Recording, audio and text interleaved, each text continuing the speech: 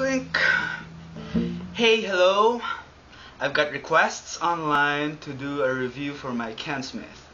And when I say that, I only mean one person's asking for it. But I kind of want to make myself sound important. So, requests online to do a review for my Ken Smith. This is the second. I just got it. Well, it just arrived like a few days ago. I got it second hand from this guy called RWR Wider from Top Base. Nice shipping, by the way, if you can hear this. This is a Ken Smith 5-string neck-through model. I wonder, yeah, there you can see it. 5-string and neck-through model. Ken Smith basses generally have two versions for their neck-through models. I'm not talking about the Black Tiger, the expensive ones. I'm talking about the normal neck-through models. They generally have two kinds of neck-through models. One is a walnut top, and the other one is a flame maple top with mahogany core. See, it has 3 layers. This is the flame maple top, this is the mahogany, and this is the, another maple.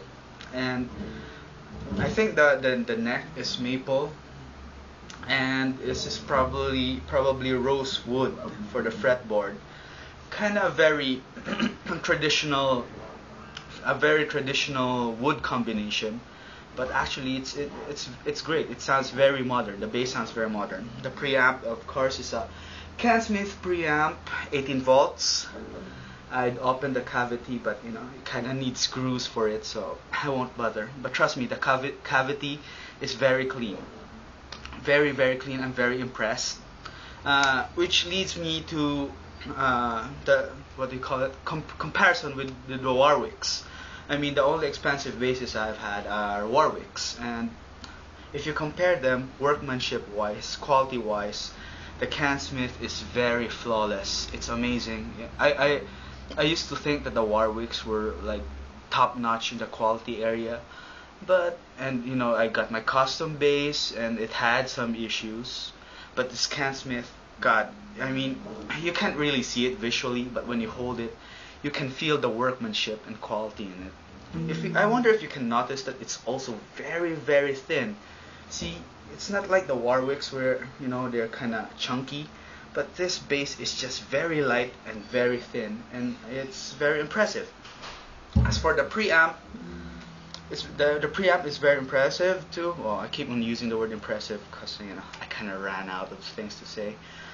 This is the volume knob. This is the pickup pan knob. Hello, Mom. Shh, I'm doing a review, Mom. There's my mom behind me. And this switches here, it took me a while to figure them out, but I think they're mid-dip switches. You can use them to change the frequency of the bass. As for the sound of the bass, I can say that it impressed me, because after I got my Warwick and then I got my custom, the things they just kind of sounded, they don't sound exactly the same, but kind of in that area, that spectrum of bass sound, the bright pingy Ryan Martini sound, I guess. The Ken Smith though kind of it sounds a lot more nasal, vocal. It has a very vocal quality to it, like it talks. This bass talks. I mean, you can't really hear it clearly in the mic.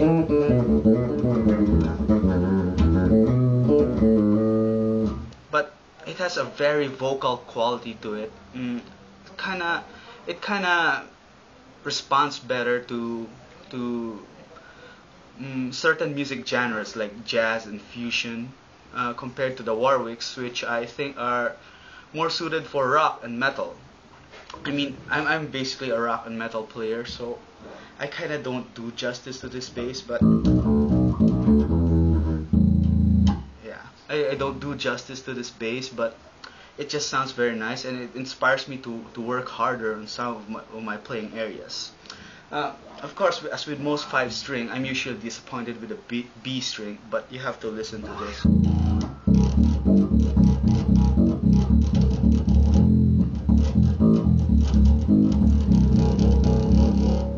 Oops, sorry, that was my fretting.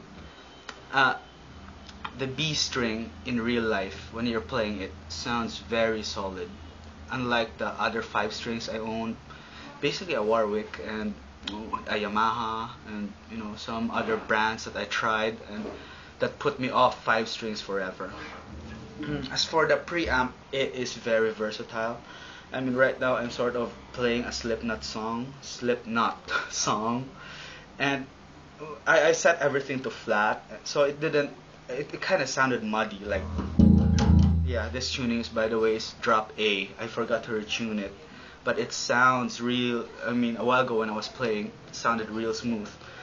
For the Slipknot song, I just sort of flick on some switches in the mid dip switch, and I just panned most part of it to the bridge pickup, and it sounds a lot more clear.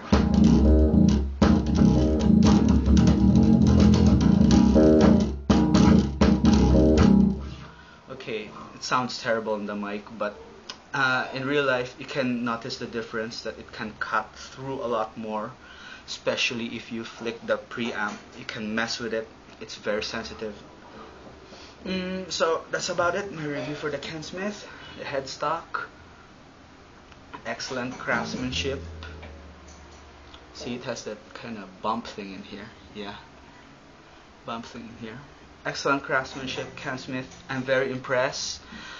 I guess because of this Ken Smith, I'm willing to try a lot more, high-end, very good workmanship basses.